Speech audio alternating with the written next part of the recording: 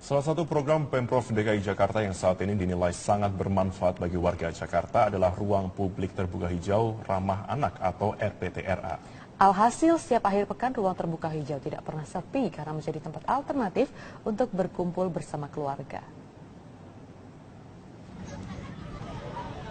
Apakah di lingkungan rumah Anda terdapat arena bermain anak seperti ini? Jika belum, mungkin tak lama lagi pemerintah Provinsi DKI Jakarta akan menyediakannya untuk anak Anda, keluarga, dan warga di lingkungan Anda. Ya, inilah Ruang Publik Terbuka Ramah Anak atau RPTRA yang merupakan salah satu program prioritas Pemprov DKI untuk meningkatkan kualitas hidup warga Jakarta. Tempat rekreasi gratis di kawasan Meruya Utara, Jakarta Barat ini diresmikan oleh Gubernur DKI Jakarta Basuki Cahayapurnama pada bulan Desember 2015 lalu. 10 bulan sudah, RPTRA ini menjadi tempat bermain anak-anak dan tempat berkumpulnya keluarga. Adanya fasilitas yang menarik seperti arena bermain hingga perpustakaan menjadi daya tarik tersendiri bagi warga. Kita main di sini apa di dalam rumah? Di sini. Kenapa? Banyak permainan ya. Senang. Kenapa? Banyak temen. Suka. Suka baca buku nggak di sini? Suka. Suka main apa yang lu senang? Main yang mana?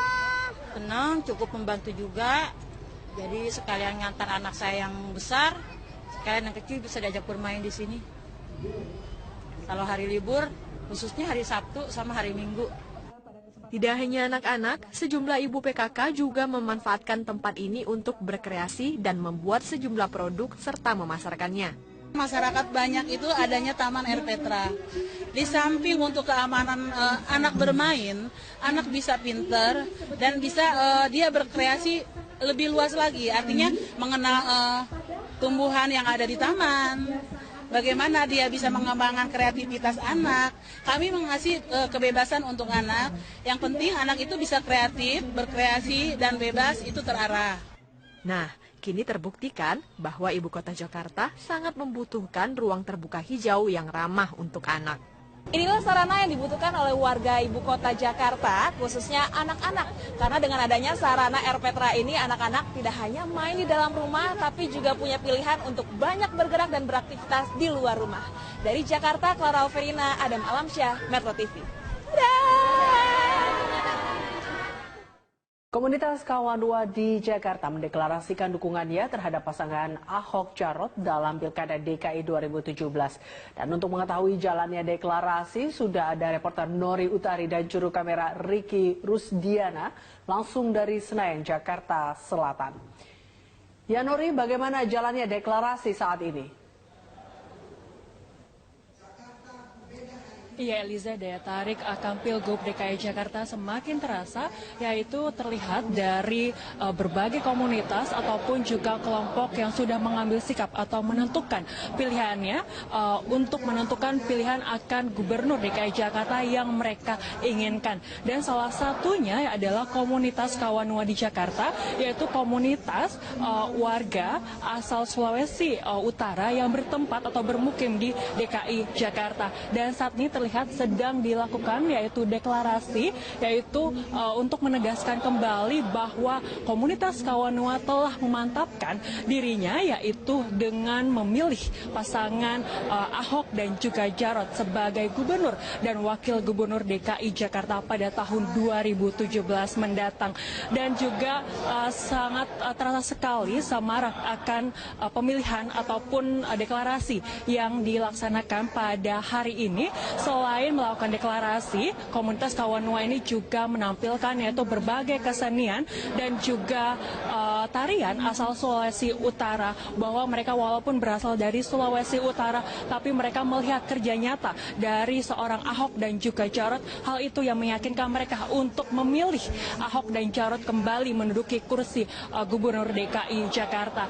Dan untuk bisa dan juga sebagai apresiasi atas dukungan yang telah diberikan oleh komunitas Kawanua ini, baru saja tadi Jarot bersama istrinya datang ke sini untuk mengikuti mengikuti berbagai rangkaian acara di sini, termasuk yaitu deklarasi yang saat ini sedang dilakukan di atas panggung.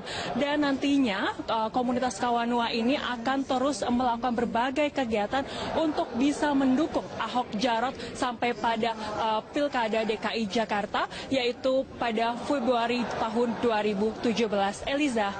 Iya, Nori, lalu apa bentuk dukungan dari komunitas Kawanua ini terhadap pasangan Ahok dan Jarot? Ya, Eliza, bahwa dukungan dari komunitas Kawanua kepada Ahok dan Jarot tidak hanya berhenti pada deklarasi yang dilaksanakan pada hari ini saja, bahwa ternyata komunitas Kawanua ini sudah melakukan berbagai persiapan, sudah melakukan berbagai kegiatan yang akan mereka laksanakan ke depannya untuk mendukung Ahok Jarot. Di antaranya adalah mempromosikan Ahok Jarot melalui sosial media dan juga terus mensosialisasikan yaitu kepada para warga ataupun para orang-orang asal Sulawesi Utara yang sudah memiliki KTP DKI Jakarta untuk mendukung Ahok dan Jarot. Dan tentunya mereka juga mempunyai alasan yang sangat konkret mengapa mereka memilih Ahok dan Jarot, karena selama ini mereka menilai bahwa Ahok dan Jarot sudah melakukan kegiatan atau kerja nyata, salah satunya yaitu melakukan inovasi di berbagai sektor, diantaranya sektor kesehatan, pendidikan, dan juga pariwisata. Dan juga Ahok dan Jarot terlihat sudah memperbaiki birokrasi yang ada di DKI Jakarta, dan ini sangat terasa oleh warga DKI Jakarta. Riset Indonesia menempatkan calon petahana Basuki Cahayapurnama pada posisi pertama dalam pemberitaan terbanyak saat ini. Hasil pemberitaan Ahok saat ini mencapai 85%. Di posisi kedua dari riset ini adalah nama Anies Baswedan dengan 80% pemberitaan, dan di posisi kedua adalah Agus Yudhoyono dengan pemberitaan media sebanyak 72%. Riset dilakukan terkait Pilkada DKI 2017. Sosok Ahok paling banyak diberitakan karena kinerjanya, sementara Anies banyak diberitakan karena gayanya yang santun dan intelektual. Sementara Agus Yudhoyono dianggap sebagai sosok militer yang santun dan disiplin. Sedangkan untuk dimensi kinerja ternyata penantang. Bisa lihat pahinya. Untuk Agus kita lihat dari sisi kinerja Ahok ternyata luar biasa karena dia memang petahana, gitu, bisa masuk akal. Gitu. Misalnya dari sisi perbaikan tata kota ada 8 berita. Tentu ini tone-nya itu positif. Kemudian kerja publik juga menilai kerjanya jelas dan memuaskan. Media itu ternyata belum teruji kepemimpinannya. Itu dari sisi kinerja. Kita lihat dari sisi kinerja Ahok 21% positif. Kemudian Agus 3% negatif, 3 negatif, dan Anies 1 berita negatif. Bakal calon wakil gubernur DKI Jakarta Sandiaga Uno mengaku telah menggelontorkan 29,3 miliar rupiah untuk kegiatan sosialisasi dengan warga Jakarta. Sandiaga menyatakan siap transparan dalam penggunaan uang miliaran rupiah yang ia tegaskan berasal dari tabungan pribadi. Sandiaga merinci pengeluaran itu terbagi dalam 3 pos pembiayaan. Pos pertama untuk media, observasi, sosial, dan akseptabilitas sebesar 25,6 miliar rupiah. Kedua, pembiayaan teritori, jaringan, dan logistik sebesar 1,9 miliar rupiah. Sementara pembiayaan untuk masalah advokasi dan data sebesar 1,8 miliar rupiah.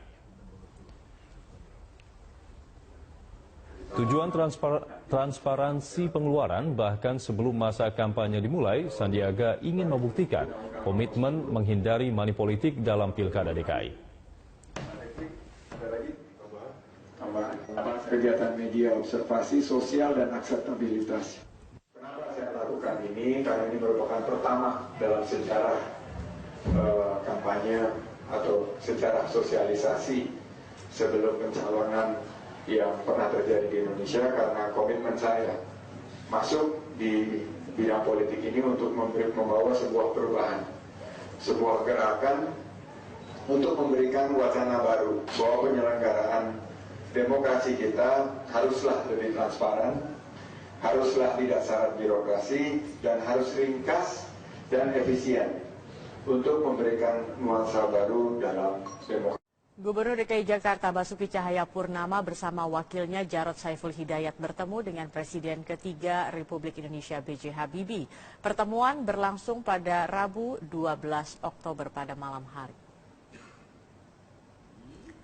Menurut Ahok, pertemuannya dengan Habibie dalam rangka silaturahmi sebelum mantan Menristek di era Orde Baru ini pergi ke Jerman.